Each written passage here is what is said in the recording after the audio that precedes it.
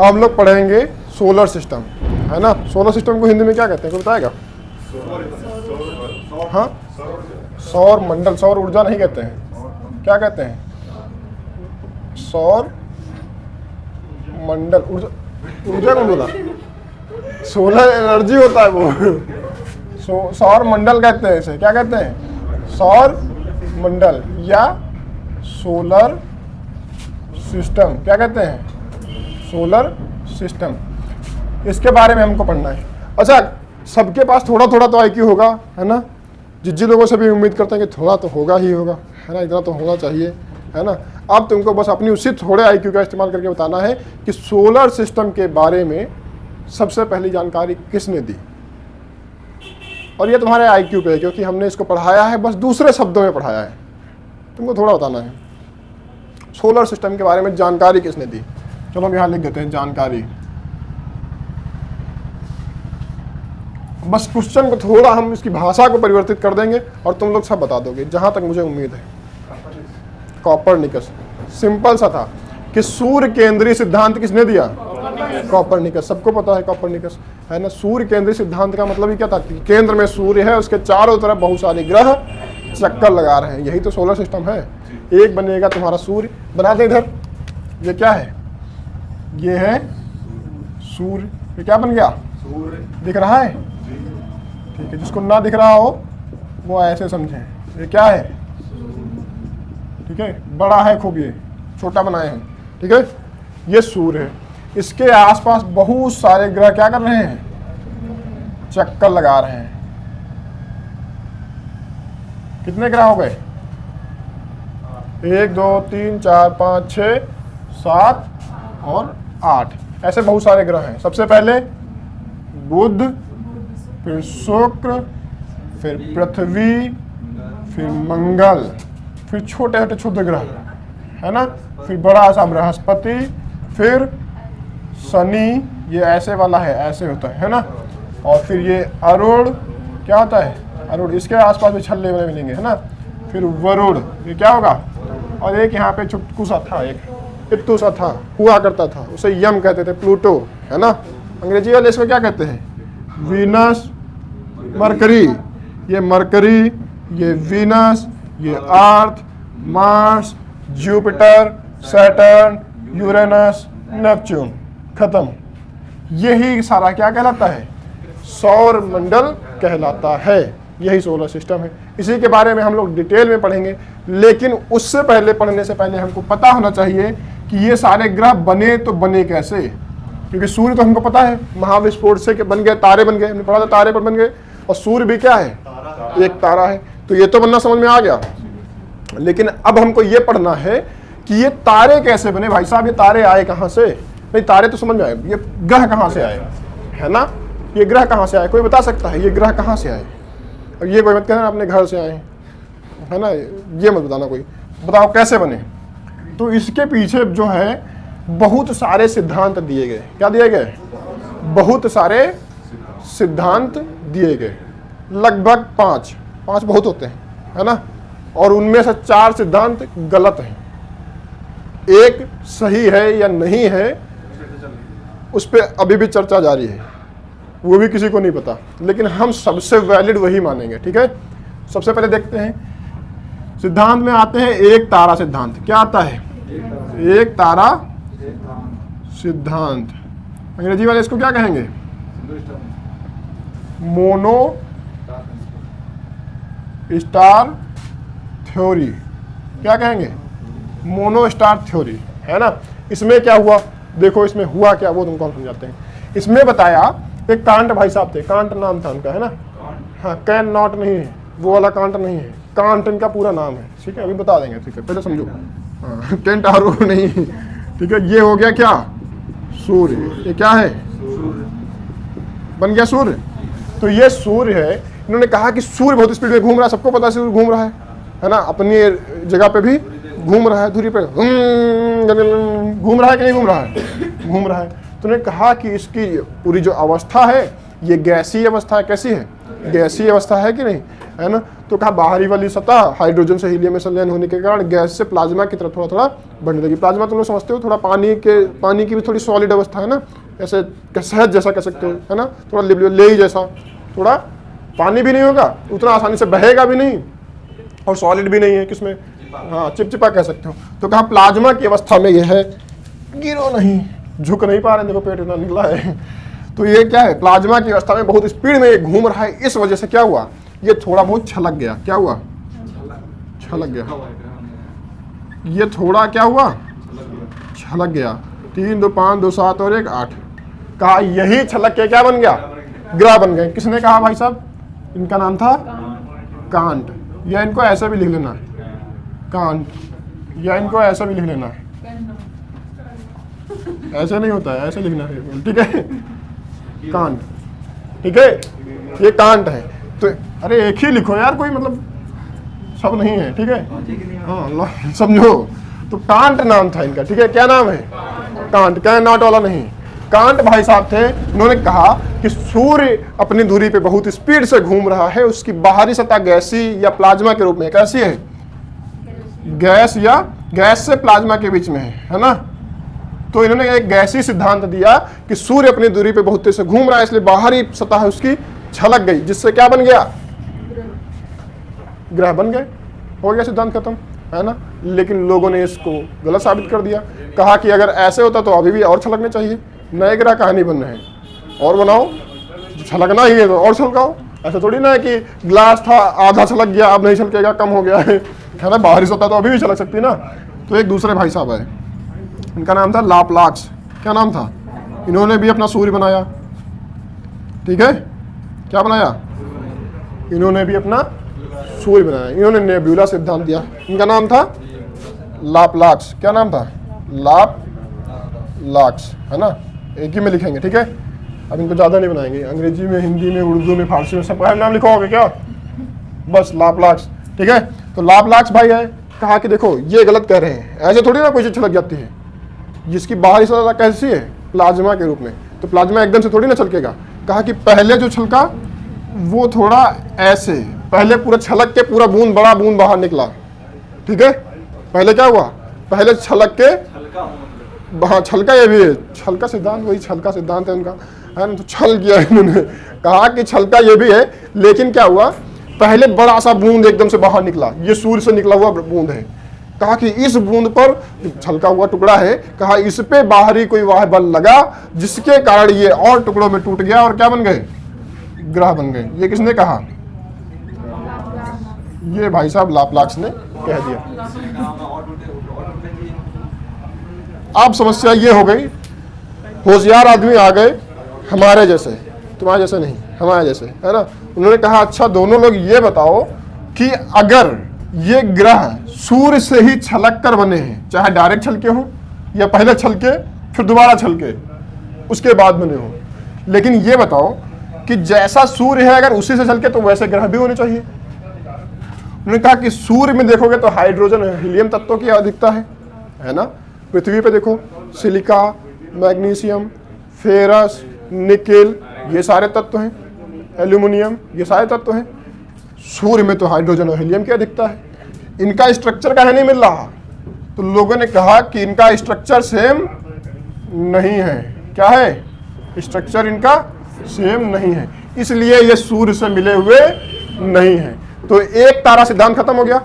बोलो, ये ही दोनों कहलाते हैं एक तारा सिद्धांत। एक तारा सिद्धांत किन किन भाई साहब ने दिया, तो एक का नाम है कांट, एक का नाम है लाप्लाक्स। कांट ने कहा कि सूर्य से छलक करके बन गए क्या, 8 ग्रह बन गए। 8 या 9 पहले हुआ करते थे, 2006 से 8 रह गए, है ना। प्लूटो को 2006 से ग्रह नहीं मानते, पता है सब लोगों को क्यों नहीं मानते। दूसरे भाई साहब आए लाप्लाक्स, उन्होंने क्या कहा कि देखो, उन्होंने नेबुला थ्योरी दी, कहा कि पहले टूटे और फिर फूटे और तब क्या बन गया, ग्रह बन गए। लेकिन दोनों ने ही ये बात ध्यान नहीं रखी कि सूर्य का स्ट्रक्चर और ग्रहों का स्ट्रक्चर सेम नहीं है, इसलिए दोनों के सिद्धांत गलत हो गए। ठीक है, चलो अब अगला है हमारा द्वैध तारा सिद्धांत। क्या है, द्वैध तारा सिद्धांत। सीबीएसई वाले इसको क्या कहते हैं, इसे कहते हैं ड्यूअल स्टार थ्योरी। क्या कहते हैं, ये सीबीएसई वालों का नाम है। इसमें क्या हुआ, इसमें एक हुआ करता था सूर्य, सूर्य समय हुआ करता था, है ना, क्योंकि उसी के आसपास सब लोगों ने अपना दिमाग लगाया, है ना। तो ये क्या है, बोलो ये क्या है, ये सूर्य है। और इसमें एक और दो तारे की बात हो रही है, तो दो तारे होने चाहिए। तो एक तारा तो सूर्य हो गया, दूसरा तारा इसमें क्या हुआ, प्रॉक्सिमा सेंचुरी। इसमें दूसरा तारा कौन सा हुआ, प्रॉक्सिमा सेंचुरी। प्रॉक्सिमा सेंचुरी सबको पता है, प्रॉक्सिमा सेंचुरी क्या है, हमारी आकाश गंगा में सूर्य के सबसे नजदीक दूसरा तारा कौन सा है, उसका नाम है प्रॉक्सिमा सेंचुरी। कोई बता सकता है कि हमारी आकाश गंगा में सबसे चमकीला तारा कौन सा है, तो साइरस या डॉग स्टार है। ये हमारा सूर्य में सबसे नजदीक तारा है। नजदीक होने के कारण जो भाई साहब एक थे, इनका नाम था चेम्बरलिन, क्या नाम था, चेम्बरलिन। इन्होंने कहा द्वैध तारा सिद्धांत के आधार पर या ड्यूअल स्टार थ्योरी के हिसाब से कहा कि सूर्य के सबसे नजदीक दूसरा तारा प्रॉक्सिमा सेंचुरी होने के कारण ये प्रॉक्सिमा सेंचुरी सूर्य पे अपना ग्रेविटेशन फोर्स लगा रहा था, जिसकी वजह से इससे खिंच करके क्या हुआ, बहुत सारे बीच में क्या बन गए, ग्रह बन गए। समझ में आई बात, नहीं आई। देखो ये क्या है, प्रॉक्सिमा सेंचुरी है, ये सूर्य है, दोनों तारे हैं, इसका भी अपना मास है, इसका भी अपना मास है, दोनों का ग्रेविटेशन होगा, दोनों का ग्रेविटेशन होगा। अब ये क्या करेगा, ये प्रॉक्सिमा सेंचुरी सूर्य से अपने ग्रेविटेशन के कारण इसमें से कुछ हिस्सा खींच लेगा, जिससे क्या बन जाएंगे, ये ग्रह बन जाएंगे। कौन खींच रहा है, ये प्रॉक्सिमा सेंचुरी इस पे अपना ग्रेविटेशन लगा रहा है, जिसकी वजह से ये खींच रहे हैं और सूर्य से निकल के क्या बन गए, ये ग्रह बन गए। ऐसा किसने बताया, चेम्बरलिन भाई साहब बताए, है ना। लेकिन ये थ्योरी भी फिर से गलत हो गई, क्यों, क्योंकि सूर्य और ग्रहों का स्ट्रक्चर से मिलता नहीं है। तो क्या हुआ, एक दूसरे भाई साहब आए। देखो हमारे यहाँ क्या होता है, एक बार अगर बेइज्जती करा लिए तो दोबारा बेइज्जती नहीं कराते हैं, सीख लेते हैं एक बार बेइज्जती से, है ना। लेकिन जो यूरोपियन लोग हैं ना, ये अंग्रेज जिनको कहते हो, ये कम दिमाग के लोग होते हैं ना, सीबीएसई वाले होते हैं, तो क्या ही उम्मीद कर सकते हैं इनसे, है ना। तो इसमें क्या हुआ, इन्होंने फिर से बताया, एक दूसरे भाई साहब थे, इनका नाम था जीन्स। क्या नाम था, मुझे पहनते वो वाली नहीं, ठीक है, इनका क्या नाम था, जीन्स, है ना। इन्होंने कहा कि इधर प्रॉक्सिमा सेंचुरी भी है, इधर क्या है, इसका नाम प्रॉक्सिमा सेंचुरी है। क्या ये प्रॉक्सिमा सेंचुरी, सूर्य से सबसे नजदीक की तरह। उन्होंने कहा कि देखो ये प्रॉक्सिमा सेंचुरी सूर्य पे अपना ग्रेविटेशन लगा रहा है, खींच रहा है, लेकिन जो खींच रहा है ना, तो एकदम से नहीं चल के, धीरे धीरे चल के, ऐसे कुछ हुआ, पहले आगे बढ़े फिर चल के, है ना। तो ये वही वाला है जैसे पीछे वाले था, है ना। तो कहा पहले ऐसे खींचा अपनी तरफ, प्लाज्मा की अवस्था में तो पहले थोड़ा खींचा ऐसे धीरे, और फिर एकदम से छलक गए, तब क्या बन गए, ये ग्रह बन गए। अब तुम ये बताओ, ये मूर्खता वाली बातें हैं कि नहीं है। अभी अभी तुमने देखा कि इनसे पहले वालों को यह समझाया गया कि सूर्य का और ग्रहों का स्ट्रक्चर कभी भी मिलता जुलता नहीं है। ये बात इनको काहे नहीं समझ में आती, बार बार उसी पे बहस करे जा रहे हैं। सूर्य का और इन ग्रहों का स्ट्रक्चर मिलता जुलता नहीं है। तो ये प्रॉक्सिमा सेंचुरी ले आओ, किसी वाह्य बल ले आओ, उसमें क्या था, उन्होंने कहा था कि कोई वाह्य बल लगता है। क्या लगता है, वाह्य बल। इन्होंने वाह्य बल को डिफाइन कर दिया कि प्रॉक्सिमा सेंचुरी का ग्रेविटेशन लगता है, इस वजह से छलके। लेकिन अगर सूर्य से छलके तो ये ग्रह स्ट्रक्चर सेम होना चाहिए। अगर एक लड्डू से हम तोड़ करके बहुत सारे छोटे छोटे बूंदियां अलग करते हैं, तो उन बूंदियों को खाने से वही टेस्ट आना चाहिए जो उस लड्डू को खाने से आता है। लेकिन इनसे दूसरा टेस्ट आ रहा है, इनसे दूसरा टेस्ट आ रहा है। ऐसा लग रहा है लड्डू ताजा है, बूंदियां बासी, खट्टा स्वाद आ रहा है इसमें, लड्डू से मीठा स्वाद आ रहा है। तो ये कैसे, उसी लड्डू का तो हो ही नहीं सकता, है ना। तो ये सिस्टम ही नहीं हो सकता। ये बात समझ में आई, क्योंकि इनका स्ट्रक्चर सेम नहीं मिलता है। इसी को कहते हैं द्वैध तारा सिद्धांत। क्या कहते हैं, एक तारा ये हो गया, दूसरा तारा ये हो गया। इनका ये हो गया चेम्बरलिन का, ये हो गया जीन्स का। एक तारा ये, दूसरा तारा ये। पहला तारा कौन सा, सूर्य, दूसरा तारा प्रॉक्सिमा सेंचुरी। स्ट्रक्चर सेम नहीं है, इसलिए ये सिद्धांत भी असफल हो गया या गलत साबित हो गया। ठीक है, क्या समझ में आई। चलो अब आता है अगला सिद्धांत, जो सबसे तर्क सम्मत है और सबसे सिद्ध वही माना जाता है। हालांकि पूरी सिद्धता उसकी भी नहीं है, प्रूफ किसी के पास भी नहीं है, लेकिन सबसे उचित हमको लगता है, देखने में लगता है कि हाँ ये हो सकता है, तो उसी को हम लोग मानते हैं। इसे क्या कहते हैं, दो तारा सिद्धांत या द्वितारा सिद्धांत, है ना। दो तारा क्या कहते हैं, दो तारा सिद्धांत। अब तुम लोग कंफ्यूज मत होना, पीछे क्या था, द्वैध था वो, है ना। उसको अंग्रेजी में कहते थे डुअल, इसको अंग्रेजी में कहेंगे डबल। क्या कहेंगे, डबल स्टार थ्योरी। एक ही जैसा है, उसमें भी दो स्टार थे, इसमें भी दो स्टार हैं, लेकिन सिस्टम यहाँ पे थोड़ा अलग ये हो रहा है कि एक ही जैसे हो रहे हैं, लेकिन एक को सिद्ध माना गया, बाकी को सिद्ध नहीं माना गया, इसलिए थोड़ा इसको अलग रखते हैं, है ना। इसमें एक भाई साहब थे, इनका नाम था लिलिटन, इधर लिख दे, इनका नाम था लिलिटन। तो ये लिलिटन भाई साहब थे, उन्होंने कहा कि सूर्य को छेड़ो मत। क्या कहा कि सूर्य को मत छेड़ो, ये सूर्य है, कहा इससे कुछ लेना देना है ही नहीं। इन्होंने ये बात समझ ली थी कि जब स्ट्रक्चर उससे मिल ही नहीं रहा ग्रहों का, तो जब ग्रहों का स्ट्रक्चर सूर्य से मिलेगा नहीं तो उससे तो लेना देना खत्म, कोई लेना देना है नहीं। सूर्य अपनी जगह पे अलग है, ठीक है, सूर्य से कुछ लेना देना नहीं। अब इनसे बात आई जब सूर्य से लेना देना नहीं तो किससे लेना देना है। तो उन्होंने कहा कि एक बड़ा सा आकाशीय पिंड पहले हुआ करता था। क्या है?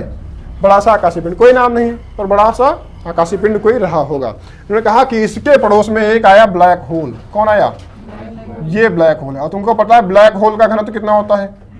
बहुत होता है ना, कि अगर एक चम्मच भी निकालोगे तो 10 हाथियों के बराबर। एक कटोरा निकाल लो, इमेजिन करो कितने बराबर होगा, और एक पहाड़ बना दो तो कितना वजन हो जाएगा। उसके बाद पूरा एक ग्रह जैसे जितना बड़ा बना दो तो ब्लैक होल का वेट कितना हो जाएगा। सोचो ब्लैक होल की अगर एक चिम्मच मिट्टी से बनाया गया लड्डू हो तो खोपड़ी पे रख दिया जाए तो चीर के पूरा निकल जाएगा नीचे, पूरी धरती को पार करता हुआ निकल जाएगा, क्योंकि धरती उसका वेट उतने छोटे जगह पे रोक नहीं पाएगी, है ना, क्योंकि एरिया उसका कम है, वेट उसका ज़्यादा है, तो चीरते हुए निकल जाएगा, पार कर जाएगा पूरी धरती को।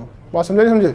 और बड़ा सा कोई ग्रह हो जो जा करके किसी दूसरे आकाशीय पिंड से टकरा जाए तो उसकी तो धज्जियाँ उड़ा देगा कि नहीं उड़ा देगा। तो उन्होंने बताया कि ये ब्लैक होल जा करके इस आकाशीय पिंड से टकरा गया। इसको उन्होंने कहा कि ये एक तारा है, एक तारा ये अलग है, तो दो तारा हो गए, तो दो तारा सिद्धांत हो गया। लेकिन ब्लैक होल तो कोई तारा रहा होगा, क्योंकि अब तो तारा है नहीं, वो ब्लैक होल तो कोई तारा होता है नहीं, पहले तारा रहा होगा, उसकी एनर्जी खत्म हो गई है, लाइट बंद हो चुकी है उसकी, तब क्या बन गया? वो ब्लैक होल बन गया, है ना। बार बार घूमता जा रहा है तो क्या सॉलिड होता है, कंप्रेस होता जा रहा है ना। अब ये क्या किया? ये इस तारे से टकरा गया, जिससे क्या हुआ? इस तारे में विस्फोट हो गया, है ना। क्या हुआ? विस्फोट हुआ। तो कुछ टुकड़े बड़े बड़े निकले और कुछ टुकड़े छोटे छोटे निकले। तो जो बड़े बड़े टुकड़े हुए उसको उन्होंने क्या नाम दिया? ग्रह नाम दिया। क्या नाम दिया? अब कोई फिक्स तो आकार है नहीं, है ना, कोई फिक्स आकार है कि नहीं। तो जो बड़े बड़े ग्रह हुए, जो बड़े बड़े टुकड़े हुए उनको उन्होंने ग्रह का नाम दे दिया, और जो बीच बीच में छोटे छोटे टुकड़े भी हुए उनको क्षुद्र ग्रहों का नाम दे दिया गया, है ना। जैसा कि तुमने भी स्टार्टिंग में देखा था पिछले में, उसमें क्या था? मंगल और बृहस्पति के बीच में क्षुद्र ग्रहों की एक पट्टी हमने बनाई थी। अभी थोड़ा अभी आगे क्लियर समझा देंगे, पर अभी तुमने थोड़ा तो देखा था कि मंगल और बृहस्पति के बीच में हमने क्षुद्र ग्रहों की एक पट्टी बनाई थी, नहीं बनाई थी? तो वही वाली कि जो छोटे टुकड़े हुए वो क्षुद्र ग्रह कहलाए और जो बड़े बड़े टुकड़े हुए वो ग्रह कहलाए। अब ये ब्लैक होल टकरा के अपना निकल गया अपना, क्योंकि इसका खुद का ग्रेविटेशन बहुत है, इसको कोई रोक ही नहीं सकता, उसको कोई रोक ही नहीं सकता। कोई रोक सकता है? नहीं रोक सकता। ये भाई साहब का इतना ज्यादा घनत्व है कि इनसे अगर प्रकाश भी टकराता है तो वो भी वापस नहीं आ सकता, इसीलिए इतना ब्लैक दिखता है। तो ये फोड़ फाड़ के निकल लिए, और क्या बन गया? इस ग्रह से, ये इस वाले आकाशीय पिंड से क्या बन गए? ग्रह बन गए। इसके पड़ोस में सबसे बड़ा दूसरा जो तारा था वो कौन था? सूर्य था। इसीलिए सूर्य ने इन छोटे छोटे टुकड़ों को अपने आकर्षण से, इसका आकर्षण कौन सा है? जो इसका ग्रेविटेशन होगा, उससे इनको बांध के रखा अपने आसपास। इसीलिए ये सारे सूर्य के चारों तरफ चक्कर लगाते हैं। ऐसा सिद्धांत किसने दिया था? लिटिल वन नहीं कह रही, लिटिल वन नहीं, लिलिटन है, ठीक है, लिलिटन, टन टनाटन, ठीक है। कौन? ये। इसको आकाशीय पिंड मान के चलो, क्योंकि कुछ भी जानकारी नहीं है। अगर इसको तारा मानोगे तो सुनो, जो तारा अगर होगा ना तो पहले ये जलते हुए टुकड़े, ऐसा ही। हाँ, ये आकाशीय पिंड अगर तारा था, तुमने सुना होगा पृथ्वी क्या थी? पहले आग का गोला थी, फिर बहुत सालों तक बारिश हुई, धीरे धीरे वो जल के खत्म हो गया, और फिर उसके बाद में क्या हुआ? वहां पे पानी भर गया, फिर धीरे धीरे जीवन की उत्पत्ति हो गई। तो तारा मान के चलो इसको हमने, इसलिए इसको क्या था? ये तारा एक ये तारा, दो तारा सिद्धांत हो गया। ये आकाशीय पिंड, ये तो क्या है? ब्लैक होल है। ये कोई तारा तो है नहीं, पहले रहा होगा तारा, अब तो तारा है नहीं। तो इसलिए क्या हो गया? ये दो तारा सिद्धांत हो गया। इसको डबल स्टार थ्योरी या दो तारा सिद्धांत या द्वितारा सिद्धांत कहते हैं। क्या कहते हैं? द्वितारा। द्वि समझते हो? हिंदी, शुद्ध हिंदी में द्वि कहते हैं, दो नहीं होता है, द्वि, है ना। तो द्वितारा सिद्धांत या दो तारा सिद्धांत कौन सा हो गया? लिलिटन का दिया हुआ सिद्धांत हो गया। इसमें एक ब्लैक होल था, एक दूसरा आकाशीय पिंड था, जिससे ब्लैक होल टकराया और छितर बितर होकर क्या बन गए? बड़े बड़े टुकड़े हो गए। उन बड़े बड़े टुकड़ों को क्या कह दिया गया? ग्रह कह दिया गया। क्या कह दिया गया? ग्रह कह दिया। छोटे छोटे टुकड़े क्षुद्र ग्रह कहलाए। क्या कहलाए? क्षुद्र ग्रह कहलाए। बात समझ में आई कि नहीं? और यही सिद्धांत सबसे ज्यादा तर्क सम्मत माना जाता है, क्योंकि इसके अब कोई सबूत ही नहीं है। किससे मिलाओगे? ये वाला टुकड़ा था, यही टूट के बना है, अब इससे मिलाओ, किससे मिलाओगे? बताओ। सूर्य से तो कोई लेना देना है नहीं, ब्लैक होल में तो तुम जा भी नहीं सकते कि टकराया था, कुछ टुकड़े फंसे रह गए हो, संभावना ही नहीं है। उसके पास जाओगे खींच लेगा दुनिया भर की सारी चीजें, उसका ग्रेविटेशन सबसे ज्यादा है, तो उसके आसपास तो कोई जा ही नहीं सकता। सबूत ही नहीं, सारे सबूत मिटा दिए, गवाहों को मिटा दिया, कोई बचा ही नहीं। तो सबसे ज्यादा मान्य सिद्धांत किसका हो गया?